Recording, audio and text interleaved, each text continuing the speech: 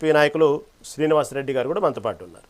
అయితే ముందుగా ఈ టాపిక్ మీద ఎలిగేషన్ తెచ్చినటువంటి బీఆర్ఎస్ నాయకులు శ్రీహరి గారి దగ్గరికి వెళ్దాం. శ్రీహరి గారు నమస్తే అండి. శ్రీహరి గారు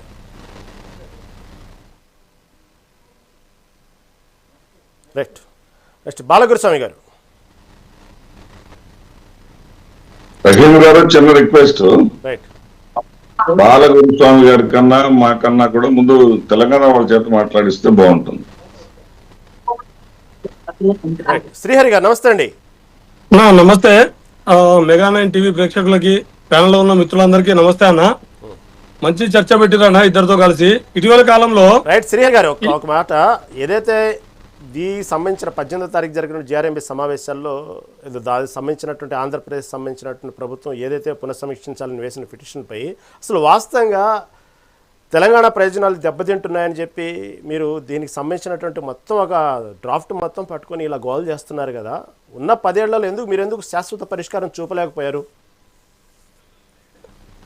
ప్రశ్నలే కొంచెం వెనక్కి తీసుకోండి. గోల వేయడం కాదు, మా తెలంగాణ రాష్ట్ర ఏర్పాటు ఆకాంక్షనే నీళ్లు అనేది మా ట్యాగ్ లైనే. నీళ్లు తర్వాతనే నిధులు, నియామకాలు. రైట్. ఎందుకు అంటే సముద్ర మట్టానికి 600 మీటర్లు ఎత్తున్నటువంటి ప్రాంతం తెలంగాణ ప్రాంతం. ఓకే. గోదావరి రివరు తెలంగాణ యొక్క ప్రాంతానికంటే కిందికెళ్ళి ప్రవహిస్తుంది. మాకు ఎత్తిపోతావు తప్ప వేరే మార్గం లేదు. మాకు ధవళేశ్వరం దానిలాగానో ఇంకా మిగతా చోటనో ఆనకట్టలు కట్టుకుంటే వెంటనే మాకు కాలువలకు నీళ్లు రావు. తెలంగాణకు నీళ్లు రావాలంటే కేవలము రిజర్వాయర్లు మాత్రమే సరిపోవు, బ్యాలెన్సింగ్ రిజర్వాయర్ కూడా అవసరం. ప్రాజెక్టులు, బరాజులు కట్టుకుంటే సరిపోదు. బరాజు అంటేనేమో ఒక విషయం మమ్మల్ని మాట్లాడించినాక మిగతాలతో మాట్లాడివ్వండి. బరాజులు అంటే మిత్రమా, బరాజులు అంటేనేమో ప్రాజెక్టుల మీద కట్టేటి, అంటే నది మీద కట్టేటిది. నది మీద కట్టే ఆనకట్టల్ని బరాజులు అంటారు.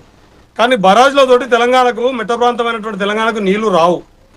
నీళ్లు రావాలంటే ఖచ్చితంగా బరాజుల ద్వారా, పంప్ హౌస్ల ద్వారా నీళ్లు ఎత్తిపోసుకొని బ్యాలెన్సింగ్ రిజర్వాయర్లలో నీటిని నిల్వ చేసుకొని మళ్ళీ కాలువల ద్వారా మేము నీళ్లు చేసుకోవాలి.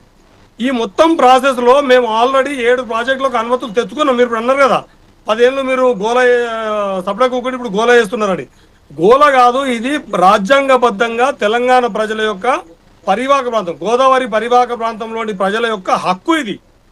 భారత రాజ్యాంగం ప్రకారమైన సహజమైన నియమాలు కొన్ని ఉన్నాయి. ఏ దేశ రాజ్యాంగం ఆ దేశానికి అమల్లో ఉన్నా కొన్ని అంతర్జాతీయ జల వివాదాలకు సంబంధించి కూడా అంతర్జాతీయం కూడా కొన్ని పరిష్కారాలు ఉన్నాయి. కొన్ని నదుల నీళ్ళని దేశాల మధ్య కూడా 5 దేశాలు 8 దేశాలు కూడా పంచుకుంటున్నటువంటి, పంపకాలు జరుపుకుంటున్నటువంటి ఒక సార్వత్రికమైనటువంటి, సార్వజనీయమైనటువంటి నీతి నియమాలు, నీతి సూత్రాలు ఉన్నాయి. నీళ్ళకు సంబంధించినటువంటి సూత్రాలు ఉన్నాయి.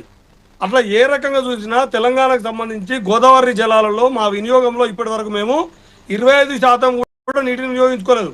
మాకు రావాల్సిన 948 టీఎంసీల నీళ్ళలో మేము ఇప్పుడు కట్టుకున్న 7 ప్రాజెక్టుల అనుమతులు వస్తే కూడా మేము 430 టీఎంసీల నీళ్ళే వాడుకుంటాము. ఇప్పుడు మేము కట్టినటువంటి కాళేశ్వరం సంబంధించినటువంటి మొత్తము ఆ 3 రిజర్వాయర్లు ఏవైతే ఉన్నాయో, 5 బరాజులు, మిగతా రిజర్వాయర్లు, ఇవన్నీ కలిపితే కూడా మేము మొత్తం వినియోగించుకునే నీటి వినియోగం ఎంత అంటే 240 టీఎంసీలే. మేము ఆల్రెడీ అనుమతులు తెచ్చుకొని ఉన్న వాటి మీద కాంప్లైంట్. ఇప్పుడు కాంప్లైంట్ అంటే మీరు అర్థం చేసుకోండి, డ్రాఫ్ట్ అన్నారు, డ్రాఫ్ట్ కాదు ఇది. మేము ఆల్రెడీ అనుమతులు తెచ్చుకొని 240 టీఎంసీల నీటి సామర్థ్యం కలిగినటువంటి కాళేశ్వరం ప్రాజెక్టు పూర్తి చేసుకున్న తర్వాత మిగతా ప్రాజెక్టులకు సంబంధించి వినియోగించుకునేటప్పుడు కదా మీరు ఇప్పుడు అడ్డం పడుతుంది. ఏప్రిల్లో ఇస్తే ఇప్పటి వరకు మా ప్రభుత్వం పట్టించుకుంటలేదు కదా. మా ప్రభుత్వం ఉన్నటువంటి గౌరవ ముఖ్యమంత్రి రేవంత్ రెడ్డి గారు చంద్రబాబు గారికి గురుదక్షిణ కింద తను ఏమన్నా సంపాదించుకున్నటువంటి అక్రమ సంపాదనలోంచో, అడ్డగోల ఆదాయంలోంచి ఏమైనా ఇచ్చుకుంటే తప్పలేదు. కానీ తెలంగాణ ప్రజల హక్కుల్లోంచి, మా వాటాలోంచి, మా నీటి వాటాను కానీ, మా ఆత్మగౌరవాన్ని కానీ తాకట్టు పెడితే తెలంగాణ సమాజం చూస్తూ ఊరుకోదు కదా మిత్రమా. కాబట్టి మేము చెప్తున్నాం, ఇది సరైనది కాదంటున్నాం. డ్రాఫ్టులు పట్టుకొని తిరుగుతలేము. నిర్దిష్ట ఆధారాలతో ఈరోజు మీరు గమనించారో లేదో, మా మాజీ నీటిపారుదల శాఖ మంత్రి, తెలంగాణ ఉద్యమ నాయకుడు గౌరవ హరీష్ రావు గారు ఈరోజు చాలా విషయాల్ని మీకు ఆధారాలతో సహా ఏ సమయంలో, ఏ నెలలో, ఏ లేఖ రాశారు, ఆ లేఖానికి ఇంకో పెద్ద బ్రహ్మాండం, అంటే పెద్ద ఘోరమైనటువంటి తప్పిదం తెలంగాణ ప్రభుత్వం ఏం చేసిందంటే, అక్కడ ఆంధ్ర చంద్రబాబుకు సంబంధించినటువంటి గౌరవ సలహాదారుడు ఉన్నటువంటి నీటి నిపుణులుగా పేరు ఉన్నటువంటి ఆయన తీసుకొచ్చి తెలంగాణకు గౌరవ సలహాదారుగా పెట్టుకోవడం నుంచే స్టార్ట్ అయింది ఇదంతా లొల్లి. అంటే ఈ నష్టం, తెలంగాణ ప్రజల యొక్క నష్టము ఏమంటారు, ఇంటి దొంగను ఈశ్వరుడు అని తెలంగాణలో ఒక సామెత ఉంటుంది. ఇంటోడే దొంగలు కలిసిన అనుకో ఇంకా దాన్ని దొరకవడం కష్టమవుతుంది.